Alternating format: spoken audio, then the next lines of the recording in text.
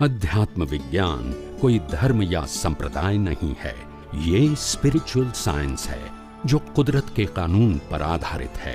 ये विज्ञान पूरे ब्रह्मांड के सभी रहस्यों को उजागर करता है और जीवन के सभी पहलुओं को समझने के लिए एक नई दृष्टि देता है। इसी को आर्ट ऑफ विजन कहते हैं, दुनिया को देखने की एक नई दृष्टि, जो अध्यात्म विज्ञानी परम पूज्य स्वामी श्री कमलेशानंद जी के निर्देशन में सनातन सत्य का अनुसंधान कर हमारे जीवन को प्रकाशित करे। जय सच्चिदानंद। जय सच्चिदानंद स्वामीजी। जय सच्चिदानंद। जय सच्चिदानंद।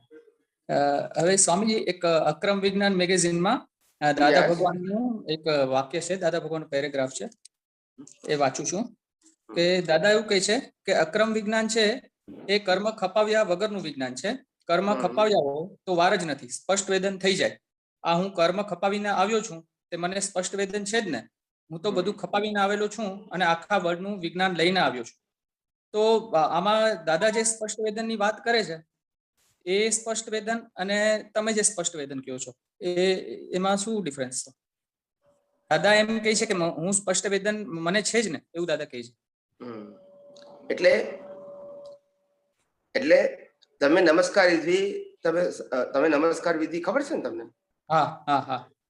એની અંદર શું બોલવામાં આવે છે? ભરત ક્ષેત્રે હાલ વિચરતા સર્વજ્ઞ શ્રી દાદા ભગવાનને અત્યંત ભક્તિપૂર્વક નમસ્કાર. બરાબર છે? બરાબર ને? બરાબર. સર્વજ્ઞ કોને કહેવાય? બધા જ તત્વોનું જ્ઞાન હોય એને. હા, એટલે પણ આ કાળમાં કોઈ સર્વજ્ઞ હોય નહીં. બરોબર છે. એટલે દાદા ભગવાને કીધું અમે કારણ સર્વજ્ઞ છે, એટલે આ કારણ થઈ ગયું. હા, કારણ સર્વજ્ઞ, રાઈટ. કારણ સર્વજ્ઞ એટલે સેમ આ કારણ છે.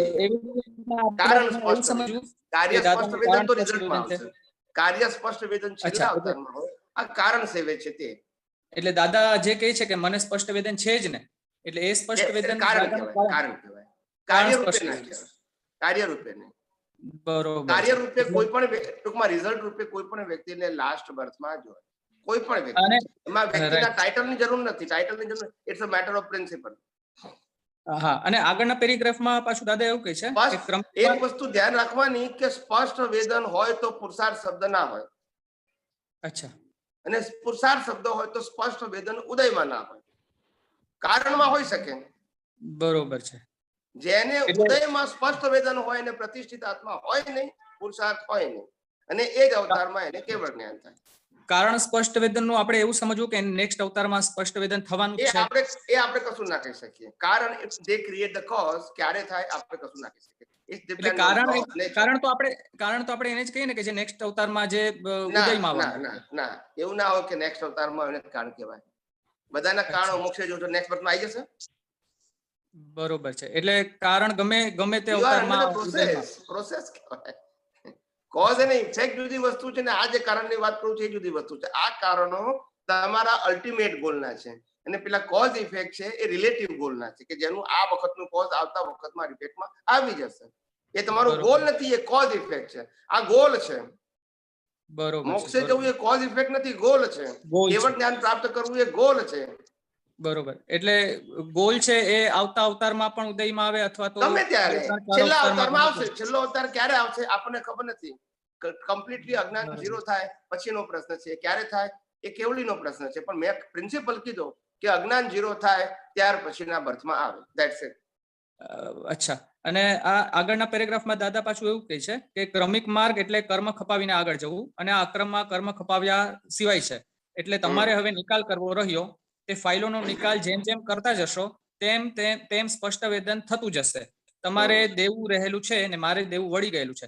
એટલે આમાં જે દાદા કહે છે કે સ્પષ્ટ વેદન થતું જશે, એનો મતલબ આપણે એવો સમજવો ને કે કારણની અંદર તમારું સ્પષ્ટ વેદન મજબૂત થતું જશે. કારણ સ્પષ્ટ વેદન. જેટલું તમે સંભાવે નિકાલ કરશો એટલું કારણ કેવળ જ્ઞાન મજબૂત થશે. કારણ કેવળ જ્ઞાન અને કારણ સ્પષ્ટ વેદન અથવા કારણ કેવળ સ્પષ્ટ વેદન પહેલા આવે અને પછી કેવળ જ્ઞાન એનું અલ્ટિમેટ રીઝન છે. પર સેમ બર્થમાં થાય. ઓકે. તો આપણને કારણ સ્પષ્ટ વેદન થઈ જાય એ ખ્યાલ આવે કે આ વ્યક્તિને કારણ સ્પષ્ટ વેદન થઈ ગયું છે. કારણ સ્પષ્ટ વેદન એ પ્રોસેસ છે, એ વન બર્થ પ્રોસેસ. રાઈટ. એટલે એ ધીમે એક બરોબર. વર્ષ એટલે દાદા પ્રશ્ન નથી. ના, ના. સ્વામીજી હવે આ 1 વર્ષમાં ક્વેશ્ચન આપણે લઈએ. કારણ કેવળ જ્ઞાન નાખે એટલે નેક્સ્ટ વર્ષ રિઝલ્ટ આવશે એવું ના આવે. Right right right. એટલે આમાં દાદા જે કહે છે કે થતું જશે એનો મતલબ એમ કે Yes, પ્રોસેસ જ yes. છે. Right. પણ એ પ્રોસેસમાં જ કહેવાય. કારણ કેવળ જ્ઞાન અથવા કારણ સ્પષ્ટ વેદન એ બધું પ્રોસેસમાં એક અવતારની Right. કેટલા અવતારની પ્રોસેસનું પાર્ટ છે. બરોબર, પણ વી આર બરોબર. અંડર પ્રોસેસ છે. બરોબર છે, બરોબર છે. હમ? ઓકે. સચ્ચિદાનંદ કમલેશજી. જય સચ્ચિદાનંદ. બોલો બોલો પ્રભુ. હા સ્વામીજી, આપણે ઘણી વખત મન મોક્ષ તરફ વિચાર કરતું હોય અને જ્યારે ફાઇલોનો સંભાવ્ય નિકાલ કરવાનો હોય ત્યારે સંસારિક સુખમાં ઘૂસી જાય. એનું શું કારણ? મનને શું કરવાનું એ માટે? એટલે જે સંસારીમાં ઘૂસી જાય છે એ રિલેટિવ ઉકલતું મન છે અને જે સંભાવમાં રહે છે એ પુરુષાર્થ વાળું મન છે. બેને જુદા જુઓ ને આપણે. બરાબર.